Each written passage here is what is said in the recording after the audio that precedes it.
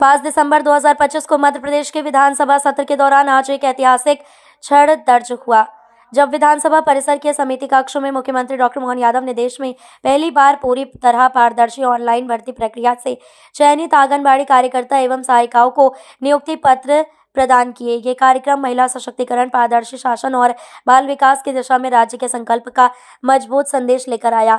मुख्यमंत्री डॉक्टर यादव ने कार्यक्रम को संबोधित करते हुए कहा कि आज का दिन केवल नियुक्ति का औपचारिक अवसर नहीं, बल्कि महिलाओं के सम्मान और उनके सशक्त भविष्य की नई शुरुआत है। उन्होंने कहा कि भोपाल का आज नया इतिहास बन रहा है। हमारे समाज के सबसे निचले पायदान से आई बहनें आज उस विधानसभा भवन में उपस्थित हैं जहां प्रदेश का भविष्य तय होता है। मुझे विश्वास है कि आप में से अधिकांश पहली बार इस पवित्र विधान भवन में आई होंगी। उन्होंने प्रधानमंत्री द्वारा महिलाओं को निरंतर प्रोत्साहन देने की पहल का उल्लेख करते हुए कहा कि आंगनबाड़ी केंद्र मातृ शिशु स्वास्थ्य, पोषण और प्रारंभिक शिक्षा की आधारशिला है। डॉक्टर यादव ने कहा कि परिवार के लोग कई बार अपने सगे संबंधियों से अधिक आंगनबाड़ी कार्यकर्ता बहनों पर विश्वास करते हैं। यही कारण है कि उनका दायित्व अत्यंत महत्वपूर्ण और संवेदनशील है। मुख्यमंत्री ने बताया कि भर्ती प्रक्रिया को पूरी तरह तकनीकी, निष्पक्ष तथा मेरिट आधारित बनाकर हजारों प्रतिभावान महिलाओं को एक सम्मानजनक अवसर किया गया है। उन्होंने नवनियुक्त कार्यकर्ताओं से अपेक्षा की कि वे प्रदेश के हर बच्चे और हर मां के जीवन में सकारात्मक बदलाव लाने के लिए समर्पित भाव से कार्य करें। नियुक्त आंगनबाड़ी कार्यकर्ताओं, सहायिकाओं के आज के इस सम्मेलन में, कार्यक्रम में, इस अवसर पर प्रदेश भर की ऐसी हमारी सभी आंगनबाड़ी और सहायिका बहनें, सच में आज भोपाल का नया इतिहास बन रहा है। एक तरह से हमारे लिए तो सरल भाषा में कहा जाए तो भोपाल का भाग्य अलग प्रकार से लिखा जाएगा, जब हमारी सबसे निचली पायदान की प्रमुख बहनें राजधानी के उस विधानसभा भवन के अंदर है, जहां भविष्य में क्या होने वाला है इसकी सबसे महत्वपूर्ण बिल्डिंग अगर ये है, तो एकदम दोनों को जोड़ो तो ये जबरदस्त रूप से एक बड़ा महत्व का कार्यक्रम हो गया। हमारी बहनें विधानसभा में लगता पहली बार यही होगी, तो आप विधानसभा में आ रही हो तो भविष्य में आपको शुभकामना भी दे देते हैं। अच्छी क्षमता, योग्यता के साथ भविष्य आपका है। तो श्री प्रधानमंत्री लगातार बहनों को प्रोत्साहन दिलाते हैं और ये बात सही है कि आंगनबाड़ी सहायिका, ये जो आपका दायित्व का निर्वहन होता है, इसमें बहुत सारी चीजें एक साथ जुड़ती हैं।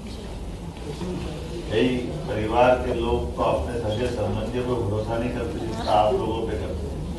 आंगनबाड़ी सहायिकाएं घर के अंदर प्रमुख रोल अदा करती हैं और जितने बच्चे जो भविष्य के नन्हे मुन्ने फूल खिलते हैं, तो आपके माध्यम से उनकी अपनी भविष्य की नींव बनती है।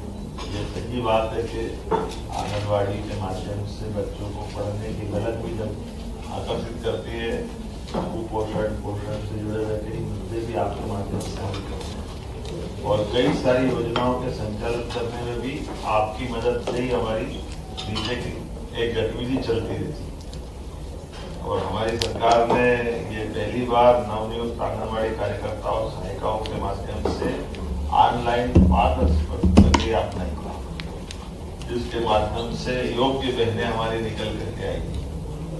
ये वास्तव में नियुक्ति पत्र नहीं, ये वचन पत्र है, ये हमारा आपका कमिटमेंट है। इसके माध्यम से भविष्य में हमारे लिए स्वास्थ्य, सुरक्षा, शिक्षा, इन सारी चीजों की गारंटी अगर कोई है तो आपके माध्यम से।